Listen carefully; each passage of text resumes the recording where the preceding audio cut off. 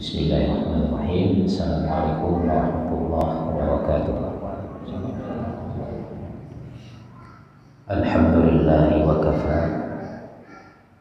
Wassalatu wassalamu ala nabiyil mujtaba wa ala alihi wa ashabihi wa man ihtada. Asyhadu an la ilaha illallah wahdahu la syarika lah wa asyhadu anna Muhammadan abduhu wa rasuluh. Allahumma salli wa sallim wa barik ala nabiyyina Muhammad wa ala alihi wa ashabihi ajma'in. Ya ayyuhalladzina amanu taqullaha haqqa tuqatih wa la tamutunna illa wa antum muslimun. Amma ba'd, ayyuhal ikhwatul kiram wal akhawatul karimat, yahfazukumullah. Berbahagia pada kesempatan yang mulia ini di rumah Allah Subhanahu wa ta'ala yang penuh berkah ini, kita berjumpa kembali dalam acara memperkuat ukhuwah Islamiyah di antara kita sebagai keluarga muslim, dan untuk menambah wawasan tentang hakikat ukhuwah Islamiyah di antara kita dan bertukar pikiran, saling memberi masukan agar keluarga kita lebih baik lagi.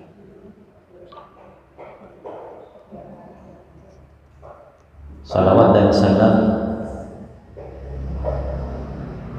semoga tetap tercurahkan kepada Rasulullah sallallahu alaihi wasallam yang telah bersabda, wa qulu ibadallahi ikhwana, dan jadilah antum semua hamba-hamba Allah yang bersaudara.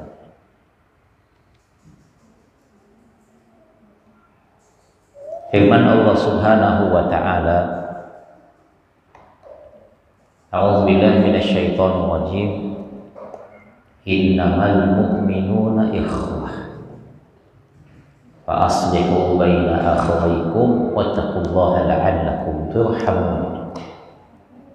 Sesungguhnya kaum mukminin itu hanyalah bersaudara, maka damaikanlah dua saudara kalian yang sedang berselisih, dan bertakwalah kepada Allah supaya kamu sekalian dilimpahi rahmat.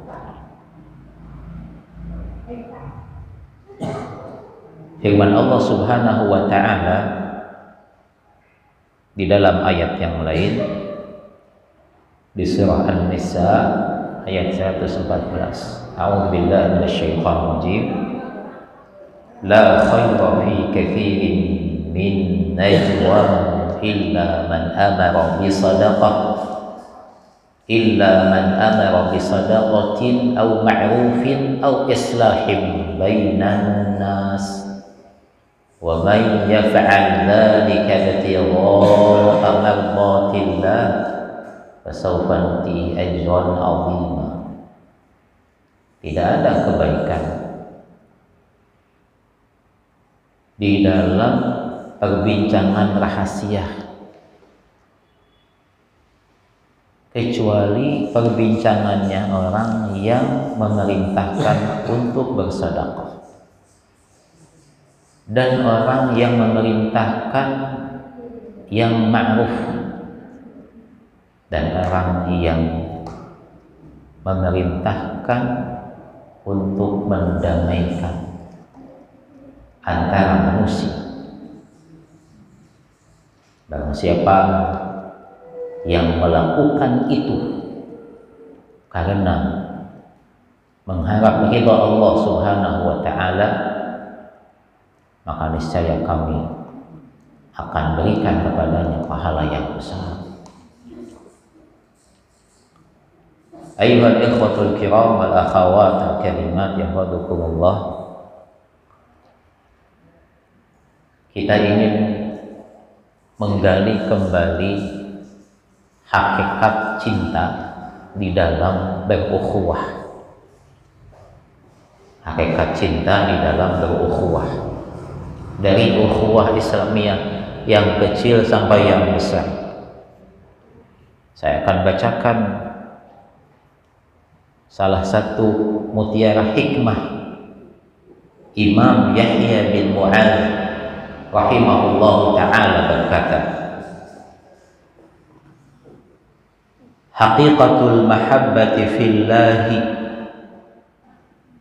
annaha la tazidu bil birri wa la tanqusu bil jafai.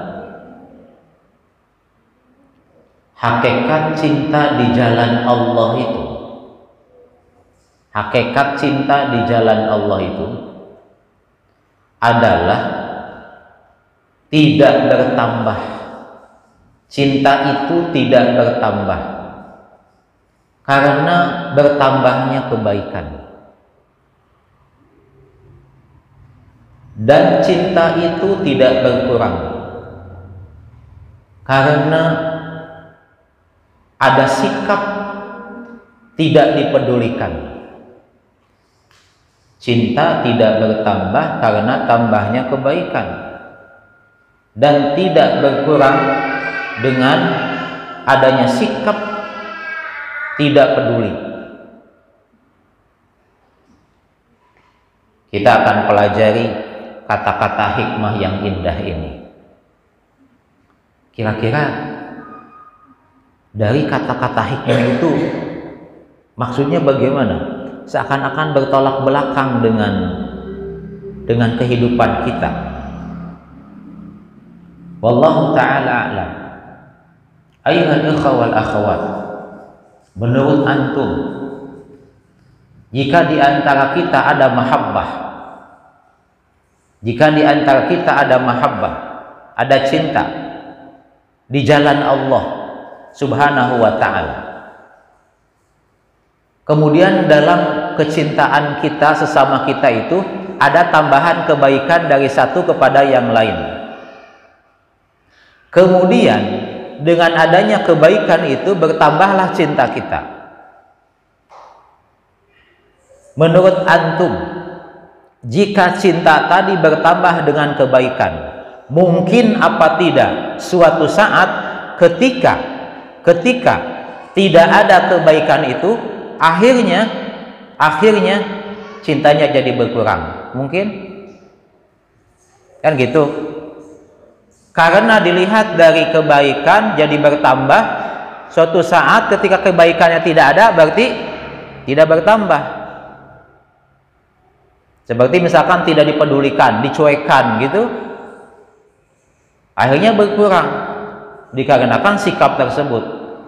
Nah, makanya hakikat cinta yang benar di jalan Allah Subhanahu wa ta'ala, fi sabilillah, itu harus begitu.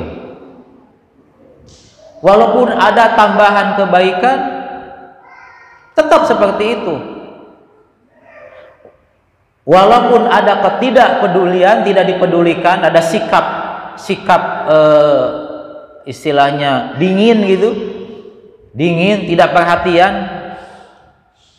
tetap aja seperti itu, nggak berubah.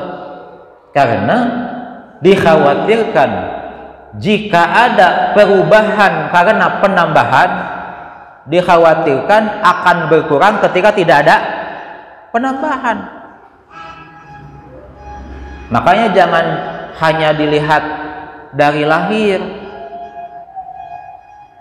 Seperti ada kata-kata, ini kayaknya bukan kata-kata mutiara lah kalau yang ini. Itu loh abang sayang, itu loh apa Pak? Abang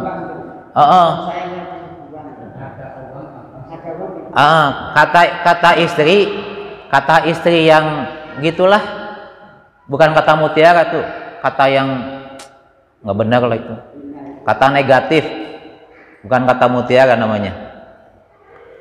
Ada uang, abang sayang, maksudnya aku sayang abang kan gitu. Tidak ada uang, abang dibuang, tak tendang, ya abang ditendang. Ini bukan kata-kata mutiara ini. Cocoknya kata-kata apa ini? Mutiara, emas, perak, perunggu, aluminium, kawat, atau apa? Besi atau apa? Atau kerikil? Atau nggak ada gunanya sama sekali? Itu kata-kata itu menunjukkan tidak adanya hakikat apa? Cinta, mahabbah. Nggak ada hakikat mahabbahnya. Hakikat mahabbah itu begini kalau antar suami istri. Ada tambahan uang, aku tetap cinta abang. Uangnya berkurang, aku tetap cinta abang. Gak peduli mau nambah mau kurang, pokoknya cinta abang di jalan Allah. Kalau tidak di jalan Allah, maka tidak akan seperti itu. Makanya di sini disebutkan haqiqatul mahabbati fillah, maksudnya fi sabilillah. Hakikat cinta di jalan Allah, artinya kalau bukan di jalan Allah, maka yang terjadi adalah kalau tambah baik bertambah cinta, kalau tidak bertambah maka tidak tambah cinta, malah jadi benci. Itu kesalahan sebagian pelaku apa?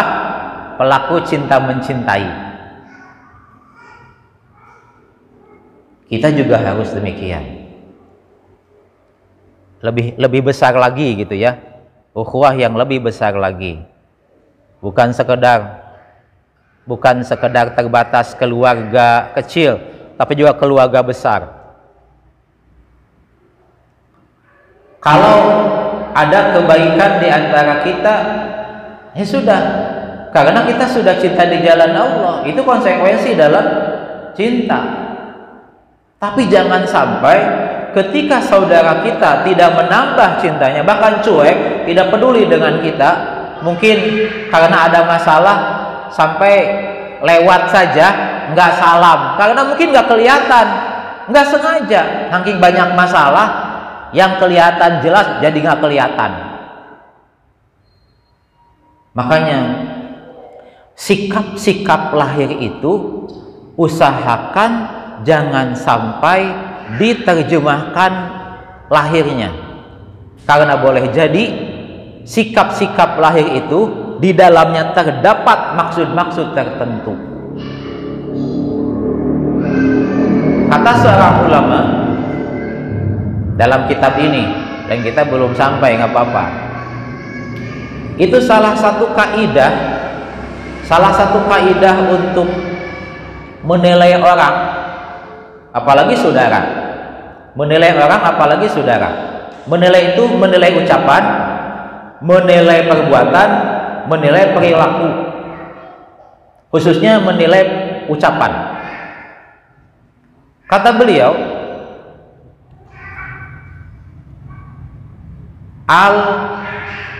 al-khidratu bimadlulatil alfazi wa maqasidiha. Seseorang harus punya pengalaman di dalam memahami petunjuk perkataan dan maksud dari perkataan. Maksudnya jangan memaksudkan sendiri, mencari maksud sendiri sebelum dicari maksud yang sesungguhnya. Berarti gini, berarti gitu, jangan dikhawatirkan tanpa ada pengalaman di dalam memahami petunjuk perkataan dan maksud perkataan akan terjadi sesuatu yang tidak diinginkan.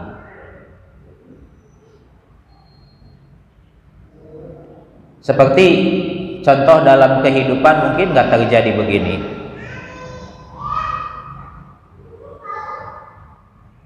Kata seorang pengajar di hadapan murid-muridnya, "Wahai muridku semuanya, untuk materi saya, insya Allah antum semuanya lulus." Ini ujiannya belum, padahal ujiannya mungkin 1 bulan lagi atau 2 pekan lagi. Dalam menangkap ucapan pengajar tadi, kira-kira semua murid sikapnya sama nggak pemahamannya? Beda atau? Yang satu berpikiran maksud guru itu harus belajar tetap gitu kan, belajar kemudian ikut ujian, insya Allah lulus. Yang satu mengatakan dalam dirinya, oh walaupun saya nggak belajar, nggak usah ngisi soal jawab, nggak usah isi pertanyaan, nggak usah menjawab pertanyaan, saya akan lulus juga karena kata guru seperti itu. Setelah ujian terjadilah atas takdir Allah, ada murid memang nggak belajar karena pemegang kata-kata guru tadi, untuk materi saya insya Allah lulus semua. Ternyata pas dia nilainya 0. Setelah itu ketemu lagi sama gurunya, "Wahai guruku, antum dulu mengatakan sebelum ujian bahwa materi saya akan lulus semua insya Allah. Nah, kenapa saya nggak lulus?" "Memangnya saya bilang apa dulu? Saya mengatakan apa dulu kepada antum? Gini, iya betul, iya." Ada santri murid yang lain mengatakan, "Ya akhi, masa antum tidak bisa memahami? Itu sudah jelas lah maksud perkataan dari guru tadi, maksudnya tetap kita harus belajar." Malah debat, nggak bisa dong, nggak bisa seperti itu. Itu kan saya menangkap perkataan langsungnya seperti letter-leknya gitu. Begitu. Bagaimana Pak? Iya, ya akhi, di mana-mana kalau mau ujian mesti apa? Mesti belajar dulu. Belajar dulu, masa nggak baca, masa nggak merojaah gitu. Tapi kan antum gitu. Nah, kenapa jadi ada perdebatan seperti ini? Karena salah satu peserta tadi ada yang tidak punya pengalaman di dalam memahami petunjuk perkataan dan maksud dari perkataan. Ini berbahaya. Jika berkepanjangan berbahaya. Makanya harus punya pengalaman di dalam memahami ini kata-kata ini maksudnya apa ya? Ini maksudnya apa? Jangan-jangan maksudnya nggak seperti ini.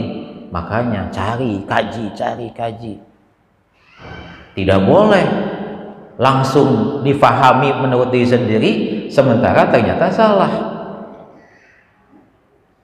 Sama suami dengan istri, istri dengan suami, bapak dengan anak, ibu dengan anak, sama, tetangga dengan tetangga.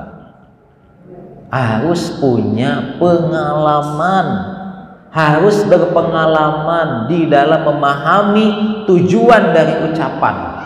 Kalau salah mesti ada masalah. Kalau salah nanti ada masalah, dan kita tidak ingin ada masalah itu.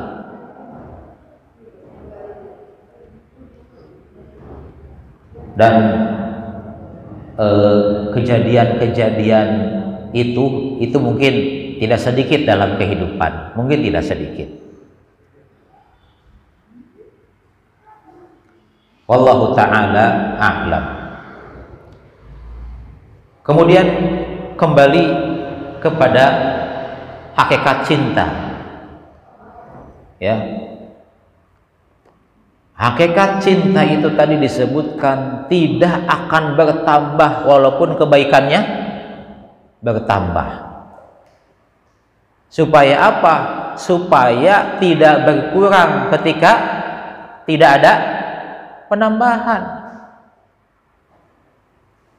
Jangan sampai kita begini. Dulu kamu peduli sama saya. Nah, kepedulian disebut kebaikan, kan gitu ya. Kepedulian disebut kebaikan. Care itu kan, kepedulian itu disebut kebaikan. Kemudian jangan kemudian begini, ketika saya setelah itu suatu waktu saya tidak peduli sama Anda, lalu Anda sudahlah, aku nggak cinta lagi, dia udah nggak peduli kok sama aku. Jangan gitu. Persepsi seperti itu akan merusak apa? Merusak ukhuwah Islamiyah. Biasanya antum datang ke saya setiap pekan, antum datang ke saya setiap bulan. Nah, datangnya antum ke saya itu disebut apa? Kebaikan. Ternyata setelah itu lama gak datang-datang, itu jangan diartikan berarti dia tidak peduli. Boleh jadi karena ada sesuatu nggak bisa mendatangi di waktu-waktu yang biasa dilakukan. Gitulah. Jangan tidak bertambah hakikat cinta, tidak bertambah walaupun bertambah kebaikan, dan tidak berkurang walaupun ada ketidakpedulian. Ukhuwah Islamiyah harus dijaga seperti itu, khususnya sekali lagi dalam kehidupan rumah tangga, karena tidak selamanya ada lapang, ya kan? Di dalam keluarga kan tidak selamanya lapang toh, kadang-kadang ada sempit. Ketika lapang mungkin enggak ada penambahan kebaikan, mungkin, tetapi jangan sampai penambahan kebaikan tadi berpengaruh kepada berkurangnya cinta ketika berkurang kebaikan. Tetap aja istiqomah aja. Anda atau suami dulu seperti itu di awal-awal, istri di awal-awal seperti itu, lama-lama jadi seperti ini. Nah, itu jangan sampai merubah, karena berkeluarga itu beribadah. Dalam beribadah pasti ada apa? Ada kadang-kadang semangat, kadang-kadang turun semangat, kadang-kadang ada motivasi, kadang tidak ada motivasi. Nah, itu harus tetap kuat. Yang penting itu kan gimana menjaga yang sudah ada. Contoh, menjaga cinta. Bagaimana cara menjaga cinta? Ya tadi, jangan lihat lahir. Ketika lahirnya ada, oh berarti kita tambah. Lahirnya tidak ada, kita tidak tambah. Jangan. Cinta itu adanya di dalam hati. Tidak memberi bukan berarti tidak cinta. Dan tidak akan mungkin selalu memberi. Kadang ada lapang, kadang ada sempit. Kadang ada lapang, kadang ada sempit. Dalam sehari bisa berkumpul 3 perkara. Ada rezeki, ada musibah, ada dosa.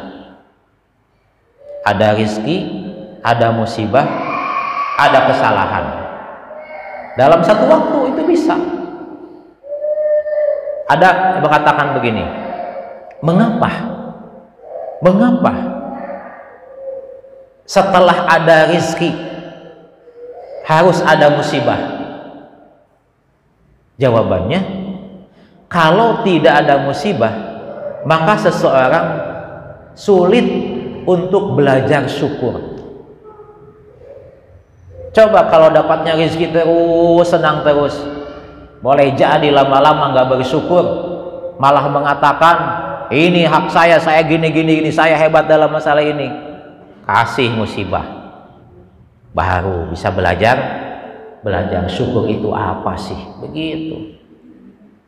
Jadi adanya musibah supaya seseorang pintar mempelajari syukur, dengan cara apa? Oh iya, seperti itu loh, seperti sehat, kemudian ada apa? Ada sakit. Kalau sehat terus, maka boleh jadi apa? Sombong, merasa sehat terus. Tapi kalau udah ada sakit, maka dia akan belajar. Oh, ternyata sehat itu mahal, gitu. Kalau nggak ada musibah, nggak ada sakit, jangan-jangan sehat itu dianggap apa? Murah. Sama seperti tadi, rizki yang melimpah itu jadi dianggap murah oleh seorang hamba karena udah terbiasa. Tapi ketika ada musibah jadi mahal. Oh, ternyata begitu. Ada kata mutiara hikmah, man la yata'allam la yata'allam. Man la yata'allam pakai hamzah, la yata'allam pakai ain. Orang yang tidak merasakan sakit apapun, dia tidak akan bisa belajar. Yang tidak merasakan sakit gak akan bisa belajar. Orang yang dapatnya rezeki terus, gak merasa dapat musibah, gak akan bisa belajar syukur. Orang yang merasa sehat terus, gak ada sakit, gak akan bisa belajar syukur kesehatan. Begitu disebutkan dalam sebuah hadis, dalam urusan dunia itu sudah hak Allah Subhanahu wa Ta'ala. Jika ada sesuatu yang meninggi, maka akan diturunkan. Ada yang tinggi akan diturunkan. Wallahu ta'ala a'lam. Sementara ini yang bisa disampaikan pada kesempatan ini, mudah-mudahan ada yang bisa diambil manfaatnya. Intinya tadi apa?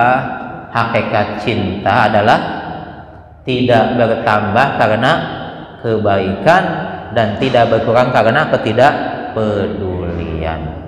Wallahu ta'ala alam. Jazakumullahu khairan atas segala perhatian.